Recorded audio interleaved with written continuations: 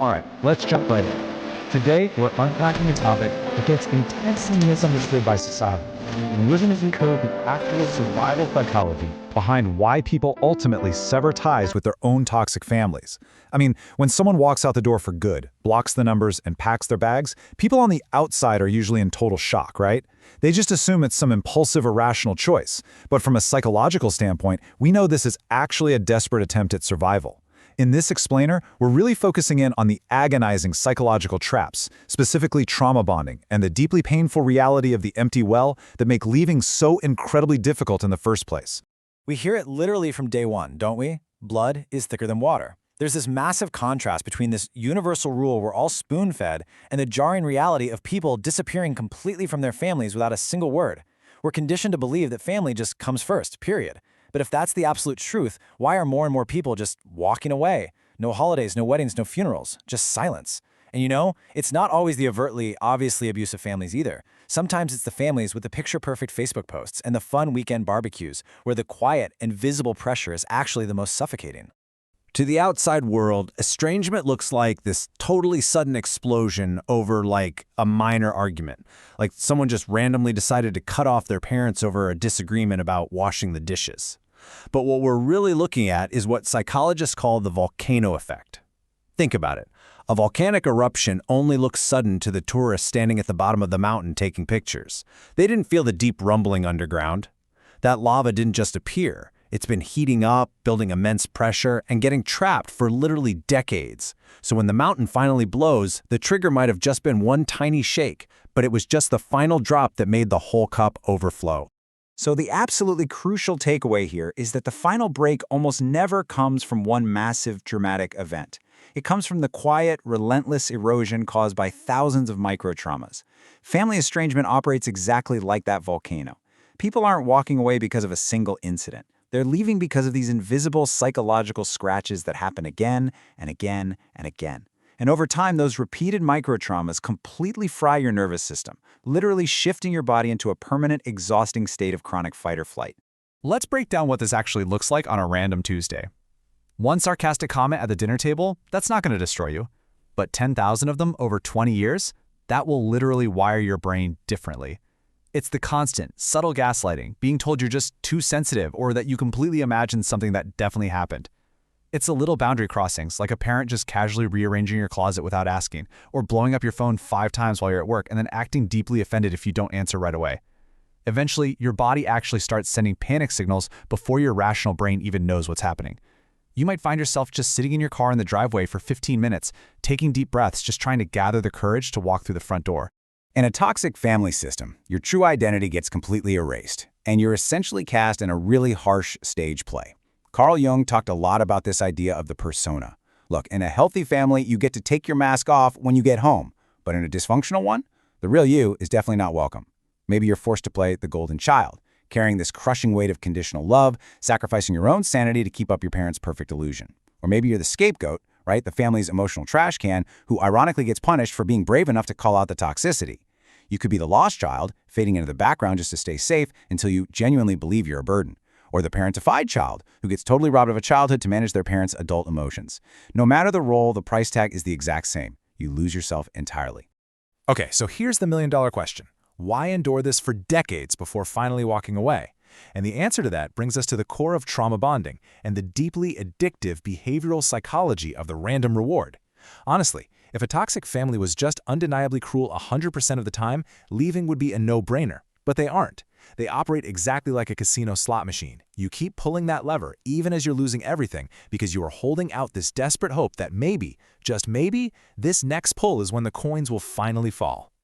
This is the trap of inconsistent warmth, and man, it is confusing. It's those tiny crumbs of affection that keep your hand on the lever.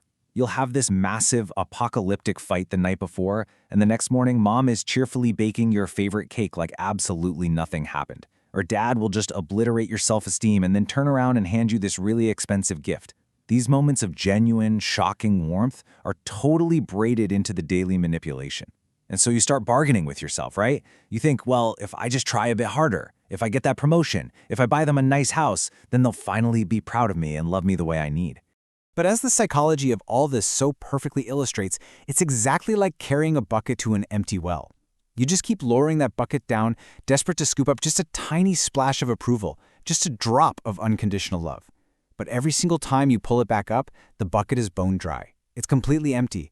You are literally exhausting your own soul trying to extract water from a source that fundamentally does not have any to give. And here's what that does to you physiologically. It creates this devastating chemical loop in your brain. When you're dealing with the manipulation and control, your body gets flooded with cortisol, the stress hormone. Then, out of nowhere, you get that tiny, confusing crumb of affection, and boom, your brain gets a sudden hit of dopamine. So your nervous system is completely hijacked by this roller coaster loop of severe stress and sudden relief. Cutting contact doesn't happen when you're angry. It happens when the slot machine finally loses its grip on you. It happens the moment you truly realize the well is dry, and dropping the bucket one more time is just self-destruction. Now, if we actually want to break free from this without just carrying around pure, toxic resentment forever, we have to take a really objective look at intergenerational trauma. Think about it. Your grandparents probably survived the Great Depression or World War II. Their entire operating system was pure literal survival. So they raised your parents with this incredibly harsh, pull-yourself-up-by-your-bootstraps mentality. There was zero vocabulary for mental health, boundaries, or emotional intelligence. Love was purely practical. It was a roof and a hot meal. So that trauma just bleeds right onto you. Your parents couldn't give you a warm coat because they were literally freezing to death in their own inner world. Understanding this doesn't excuse the abuse for a second, but it does help remove that monster label. And recognizing their limitations brings us to this really harsh but absolutely vital truth. Healing is a personal responsibility. Imagine you're crossing the street and a car hits you, shattering your leg. Now, the driver might be a family member, and it might have been an accident or totally on purpose, but either way, you are lying in the street in agony. You can't just lie there screaming for an untrained driver to grab a scalpel and perform orthopedic surgery on you. They literally don't have the tools. If you wait for them to fix you, you're not going to heal. You have to be the one to drag yourself to the hospital. Walking away from a toxic family is exactly that. It's the brave, active choice to finally go find a doctor for your own soul. But here's the thing they don't tell you. Walking away introduces a completely new kind of pain. The hardest part isn't actually hitting block on your phone. It's surviving the clean loneliness that comes right after. In psychology, this is called ambiguous loss. See, in our society, when someone passes away, we have funerals, we bring casseroles, we have clear rituals for closure. But when you sever ties with someone who is still very much alive, someone who is still updating their Facebook and going to the grocery store, there is no roadmap. There's no ritual for that. They've died in your emotional reality, but you are left entirely alone to figure out how to process that empty space. Because of that lack of closure, you are essentially attending two funerals at the exact same time. First, you're grieving the death of reality, the fact that this actual relationship is shattered beyond repair. But the second one is usually way harder, the death of hope. You are officially burying the dream of the ideal mother or father you always held out for. And I promise you, the guilt will ambush you. You'll just be walking through the aisles at Target in November, you'll see one of those ceramic best mom ever mugs, and your chest will just seize up. You'll start second-guessing everything. But hear this.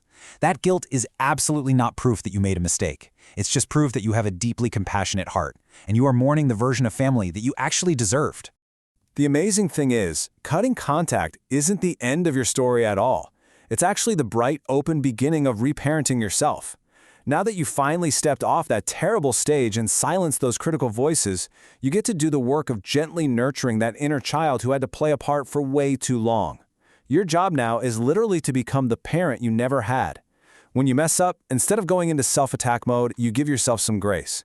You say, hey, it's okay, we'll try again tomorrow. You soothe your own anxiety by reminding your nervous system that you are actually safe now.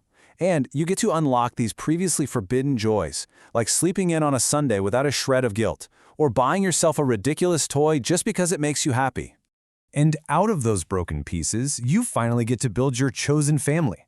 There's a saying that perfectly hits the nail on the head here. DNA builds the body, but empathy builds the soul. You start to truly internalize that family doesn't have to be a blood tie. Your family becomes your partner, your close friends, even mentors or coworkers, the people who actually respect your boundaries. It's the people who listen to you without keeping score and who love the light inside you just because it's yours, not out of obligation and definitely not out of societal pressure. So the ultimate takeaway from this entire explainer is this. Leaving is never about punishing your parents. It is a profound, non-negotiable declaration of your own survival. If you are walking this incredibly tough path right now, know this. You didn't betray your family. You simply refused to keep betraying yourself.